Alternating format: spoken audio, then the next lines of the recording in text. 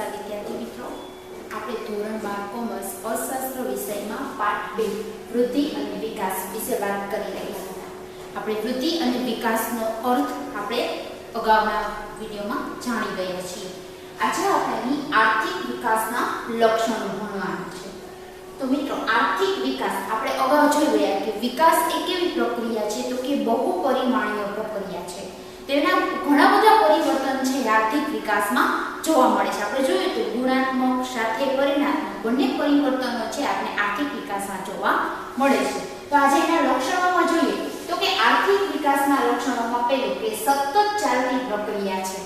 હવે આપણે જોયું તો આગળ કે ત્રણ આપણે અમેરિકા દેશને આપણે કેવો કીધો તો વિકસિત દેશ, આફ્રિકા ખંડના દેશો હોય તો એને આપણે અલ્પ વિકસિત કીધું હતું, અને ભારત છે વિકાસશીલ દેશમાં. તો એ ક્યારે આપણે એને તારવેલા હતા, કેવી રીતે શેના આધારે આપણે એને એ ત્રણ અલગ અલગ પરિસ્થિતિ પ્રમાણે એને મૂકેલા હતા કે ત્રણ તારવેલા હતા. તો એની આર્થિક વિકાસના કારણે. તો આર્થિક વિકાસની પ્રક્રિયા એ કેવી છે, સતત ચાલતી પ્રક્રિયા છે. એ શરૂઆતમાં ખૂબ ઝડપી હોય છે, વચ્ચે થોડી મંદ પડે છે, પણ એ કેવી પ્રક્રિયા છે, સતત ચાલતી પ્રક્રિયા છે. આપણે જોઈએ તો કે આર્થિક વિકાસ એ સતત ચાલતી પ્રક્રિયા છે. આર્થિક વિકાસની પ્રક્રિયા ચોક્કસ દિશામાં નિયત ક્રમમાં ધીમી પણ મજબૂત પ્રક્રિયા છે. કોઈ પણ દેશમાં વિકાસની પ્રક્રિયા શરૂ કરવાનું કામ સરળ છે, પણ તે જાળવી રાખવાનું કામ છે એ મુશ્કેલ બને છે. હવે સતત ચાલતી પ્રક્રિયા છે. કોઈ પણ દેશમાં આપણે કોઈ પણ દેશનો વિકાસ થાય, આપણે જોઈએ છીએ કે ભારત દેશ જે વિકાસના પંથે આગળ વધી રહ્યો છે, એ પ્રક્રિયા હજી આપણી પાસે ચાલુ છે. આર્થિક વિકાસ કેવી રીતે થાય એની પ્રક્રિયા હજી ચાલુ છે, અને એ સતત ચાલતી હોવી જોઈએ. ત્યારે જ આપણો દેશ છે એ આગળ આવી શકશે, આર્થિક વિકાસ થઈ શકશે. સામાન્ય રીતે વિકાસની પ્રક્રિયા શરૂઆતમાં ઝડપી હોય છે, પણ સમય જતાં વિકાસની પ્રક્રિયા ધીમી પડી જાય છે. આપણે જે પહેલા કીધું એમ કે શરૂઆતમાં છે એ પ્રક્રિયા ખૂબ ઝડપી હોય છે, પણ સમય જતાં છે એમાં ઘટાડો જોવા મળે છે. ત્યાર પછી છે પરિમાણાત્મક અને ગુણાત્મક પરિવર્તન. હવે આપણે જોયું કે આર્થિક વૃદ્ધિમાં માત્ર ને માત્ર આપણને પરિમાણાત્મક પરિવર્તનો જ આપણે જોયું કે પરિમાણાત્મક પરિવર્તન એટલે શું, તો કે સંખ્યામાં વધારો થાય.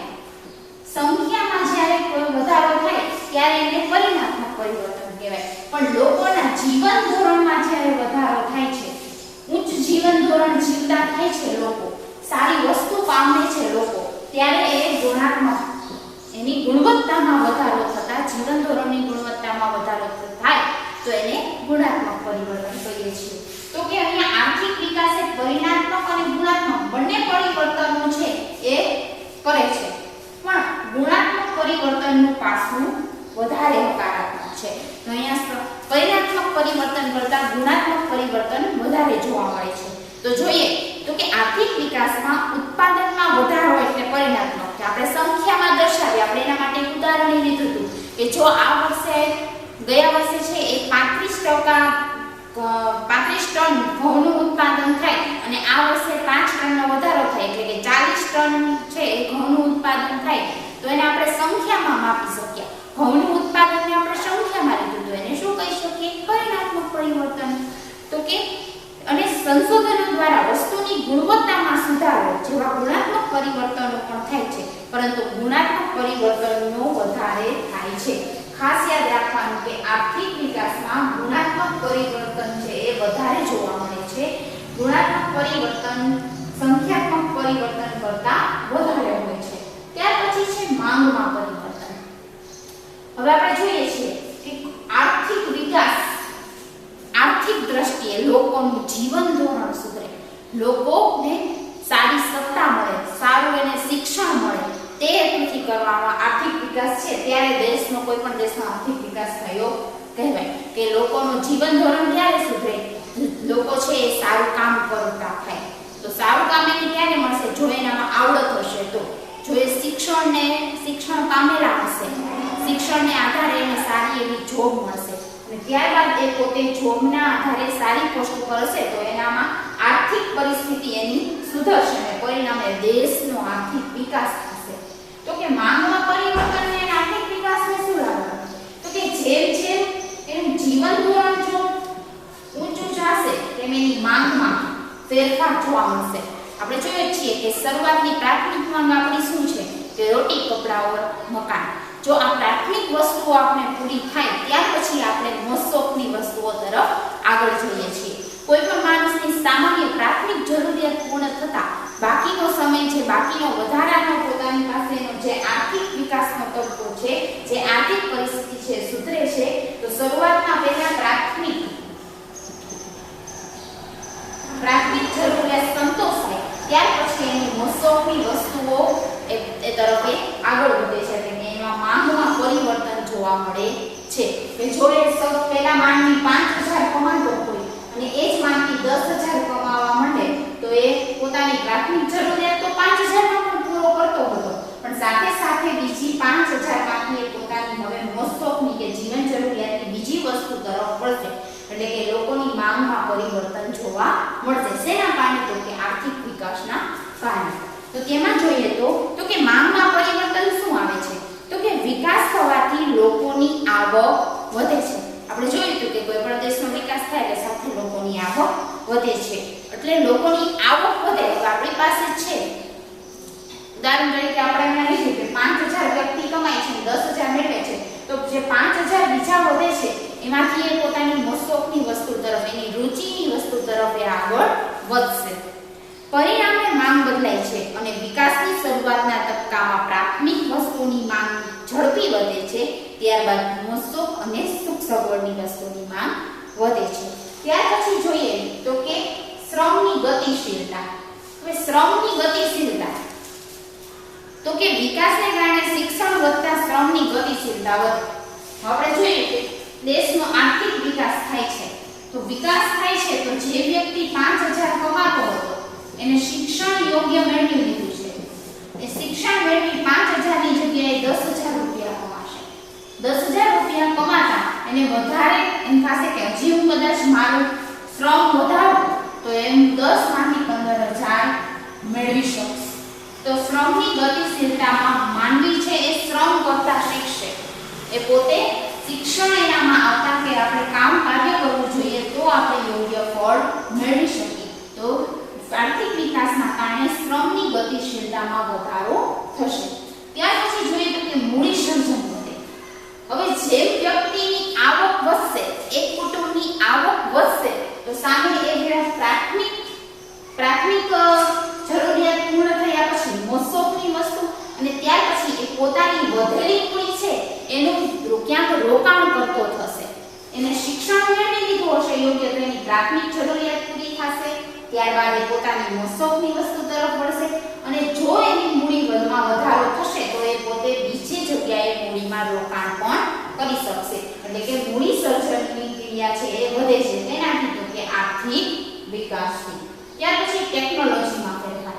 હવે કોઈ દેશનો આર્થિક વિકાસ થતા આપણે જુદી જુદી ટેકનોલોજી વિશે આગળ વિચારીશું કે જેના દ્વારા આપણે સરળતાથી કાર્ય છે એ સરળતાથી કરી શકીએ અને મુશ્કેલમાં મુશ્કેલ કાર્યને આપણે સરળ બનાવી શકીએ. તો ટેકનોલોજીમાં જેમ ફેરફાર થશે એમ આર્થિક વિકાસ છે એ શક્ય બનશે. ત્યાર પછી છે સ્વયંભૂ પ્રક્રિયા. હવે આર્થિક વિકાસ છે એ શું છે? સ્વયંભૂ પ્રક્રિયા છે. અમુક તબક્કા બાદ વિકાસની પ્રક્રિયા છે એ સ્વયંભૂ એટલે કે આપમેળે હોય છે.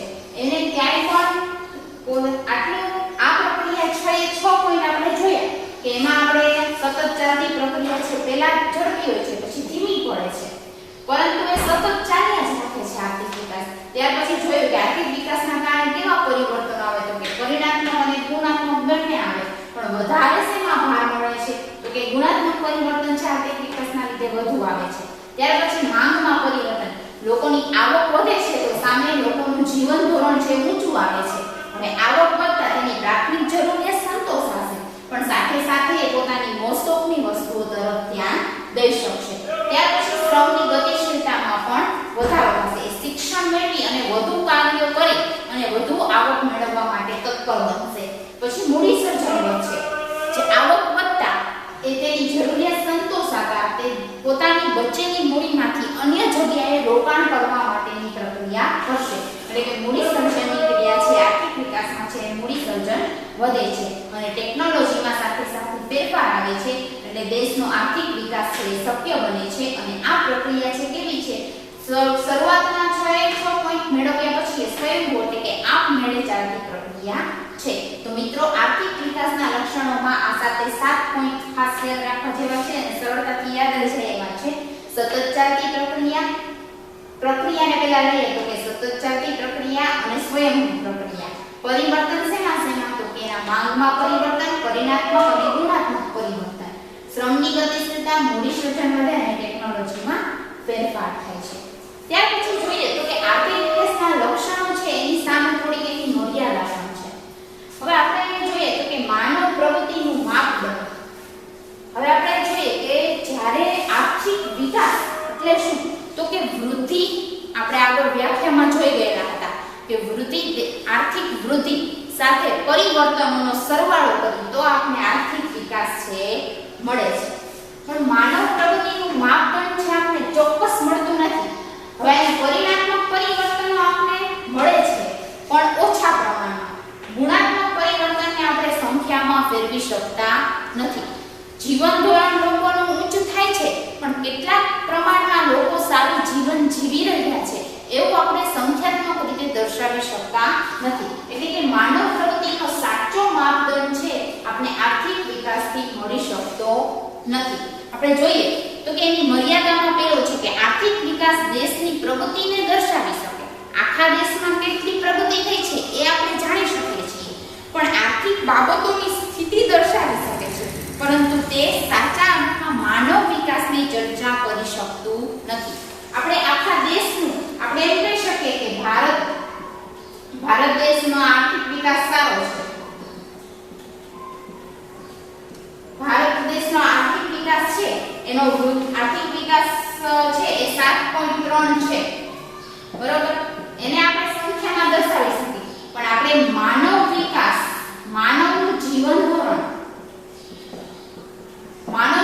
ધોરણ કેટલું ઊંચું આવ્યું છે એ માત્ર આર્થિક વિકાસના આધારે કહી શકતા નથી। માટે અહીંયા માનવ પ્રગતિનું માપદંડ છે એ કહી શકાતું નથી।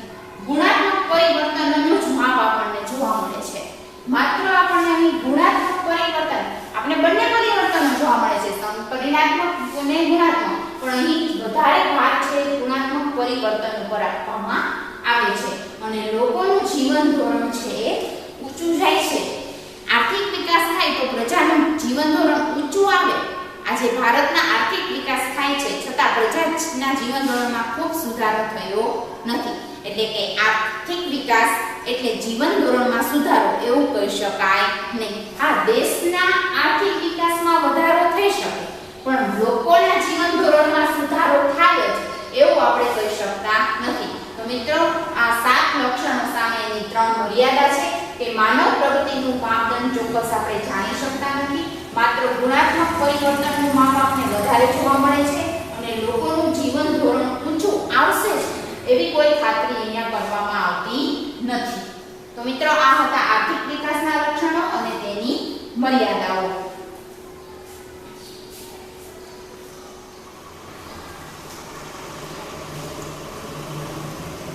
મિત્રો આપણે અગાઉ આર્થિક વિકાસના લક્ષણો અને મર્યાદાઓ વિશે ચર્ચા કરી। અહીં આપણે વૃદ્ધિ અને વિકાસ વચ્ચેનો તફાવત, આર્થિક વૃદ્ધિ અને આર્થિક વિકાસ વચ્ચેનો તફાવત વિશે આપણે ચર્ચા કરવાની છે। તો કે આર્થિક વૃદ્ધિ અને આર્થિક વિકાસનો અર્થ તો આપણે ભણી ગયા છીએ। તો કે આર્થિક વૃદ્ધિ એ શું છે?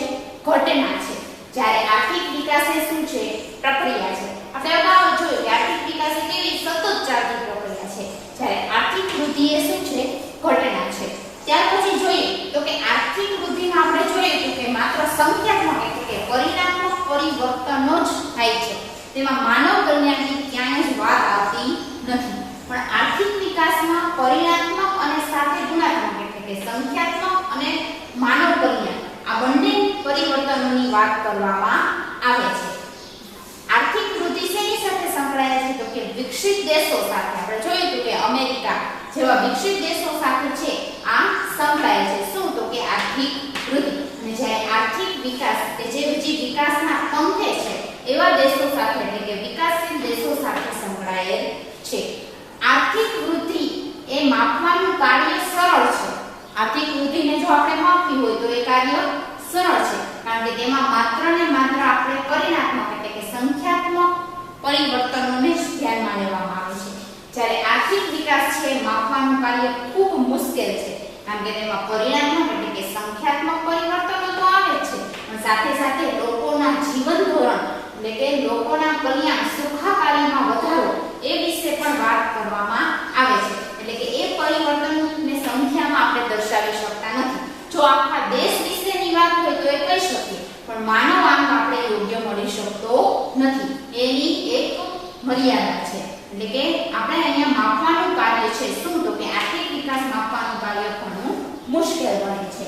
ત્યાર પછી જોઈએ તો કે આર્થિક વૃદ્ધિનો ખ્યાલ કેવો છે, સીમિત છે, કારણ કે તેને માપી સરળ રીતે શકાય છે અને માત્ર પરિણાત્મક પરિવર્તન જ જોવાનું છે, એટલે સીમિત એટલે કે ટૂંકો છે. પણ જ્યારે આર્થિક વિકાસ છે એ શું છે ને એનો ખ્યાલ વિસ્તૃત છે, કારણ કે એમાં પરિણાત્મક ગુણાત્મક એટલે કે લોકોના જીવન ધોરણમાં કેટલો સુધારો થાય છે, કેવા પ્રકારનો સુધારો થાય છે એને પણ ધ્યાનમાં લેવાનું હોય છે. એટલે કે માપવાનું કાર્ય મુશ્કેલ હોય, પણ સાથે ત્યારે મુશ્કેલ હોય કે જ્યારે તેનો ખ્યાલ છે એ વિસ્તૃત હોય ત્યારે. ત્યાર પછી જોઈએ તો કે તે ઝડપી પ્રક્રિયા છે અને ધીમી પ્રક્રિયા છે. આર્થિક વિકાસ એ શરૂઆતમાં ઝડપી છે, પણ ધીમે ધીમે તે મંદ પડતી જાય છે અને બંધ પણ થતી નથી. પણ કેવી છે, આપણે આગળ જોયું કે સ્વયંભૂ એટલે કે પોતાના મને ચાલતી રહેતી પ્રક્રિયા છે. પણ જે આર્થિક વૃદ્ધિ છે એ એકવાર થઈ ગઈ પછી આપણે એને સતત ચાલતી નથી. આર્થિક વિકાસની જેમ કે સતત ચાલતી નથી, પણ એ ઝડપી બનતી પ્રક્રિયા છે. તો મિત્રો આ 6 પોઈન્ટ યાદ રાખજો. અને સાથે સાથે આર્થિક વૃદ્ધિને છે એ કોની સાથે સંબંધ છે, તો કે માથાદીઠ આવકમાં વધારો થાય તેની સાથે સંબંધ છે. પણ સાથે સાથે આર્થિક વિકાસને છે એ માથાદીઠ આવકની વહેંચણી કેવી રીતે થાય છે એના ઉપર તેની સાથે સંબંધ ધરાવે છે. આર્થિક વૃદ્ધિ છે એ માથાદીઠ આવકમાં વધારો થાય છે એ જોવે છે. સાથે સાથે આર્થિક વિકાસ એ માથાદીઠ આવકની વહેંચણી કેવી રીતે કરવી એ જોવે છે. આર્થિક વિકાસ વિના આર્થિક વૃદ્ધિ શક્ય નથી. જો આર્થિક વિકાસ થાય તો જ આર્થિક વૃદ્ધિ શક્ય બને, અને આર્થિક વૃદ્ધિ વિના પણ આર્થિક વિકાસ શક્ય નથી. કારણ કે આપણે જોયું તો કે આર્થિક વિકાસની આપણે જ્યારે વ્યાખ્યા જોઈ કે આર્થિક વિકાસ બરાબર શું, તો કે વૃદ્ધિ પ્લસ આપણે પરિવર્તન. જો આર્થિક વૃદ્ધિ અને પરિવર્તનો બંને સંકળાય તો જ આપણે આર્થિક વિકાસ થયો છે તેમ કહેવાય. અને સાથે સાથે આર્થિક વિકાસ થાય તો જ આપણી આર્થિક વૃદ્ધિ છે શક્ય બની શકે. આમ જોઈ શકે તો કે આર્થિક વૃદ્ધિ અને આર્થિક વિકાસ એ એક સિક્કાની બે બાજુ સમાન છે. તો મિત્રો જ્યારે તમે તફાવત પૂછાય 3 માર્કમાં ત્યારે તમે આના 6 મુદ્દા સરળતાથી યાદ રહી જાય એ રીતે લખી શકો છો. અને સહેલા છે કે આર્થિક વૃદ્ધિ એ ઘટના છે, જ્યારે આર્થિક વિકાસ એ પ્રક્રિયા છે. આર્થિક વૃદ્ધિમાં પરિણાત્મક પરિવર્તનો જોવા મળે છે, જ્યારે આર્થિક વિકાસમાં પરિણાત્મક અને સાથે સાથે ગુણાત્મક બંને પરિવર્તનો જોવા મળે છે. આર્થિક વૃદ્ધિને કોની સાથે સંબંધ છે, તો કે વિકસિત દેશો સાથે સંકળાયેલ હોય છે, જ્યારે આર્થિક વિકાસ એ વિકાસશીલ દેશો સાથે સંકળાયેલ છે. આર્થિક વૃદ્ધિ માપવાનું કાર્ય સરળ છે, તો આર્થિક વિકાસ માપવાનું કાર્ય ઘણું મુશ્કેલ છે. આર્થિક વૃદ્ધિનો ખ્યાલ સીમિત છે, તો આર્થિક વિકાસનો ખ્યાલ વિસ્તૃત છે. આર્થિક વૃદ્ધિ એ ઝડપી પ્રક્રિયા છે, સાથે સાથે આર્થિક વિકાસ એ ધીમી પ્રક્રિયા છે. અને જો આર્થિક વિકાસ હશે તો જ આર્થિક વૃદ્ધિ છે શક્ય બનશે. પણ જો આર્થિક વિકાસ કરવો હોય આપણે દેશનો, તો વૃદ્ધિ અને પરિવર્તનો બંનેની જરૂર પડશે. તો મિત્રો આ હતો વૃદ્ધિ અને વિકાસ વચ્ચેનો તફાવત. Thank you.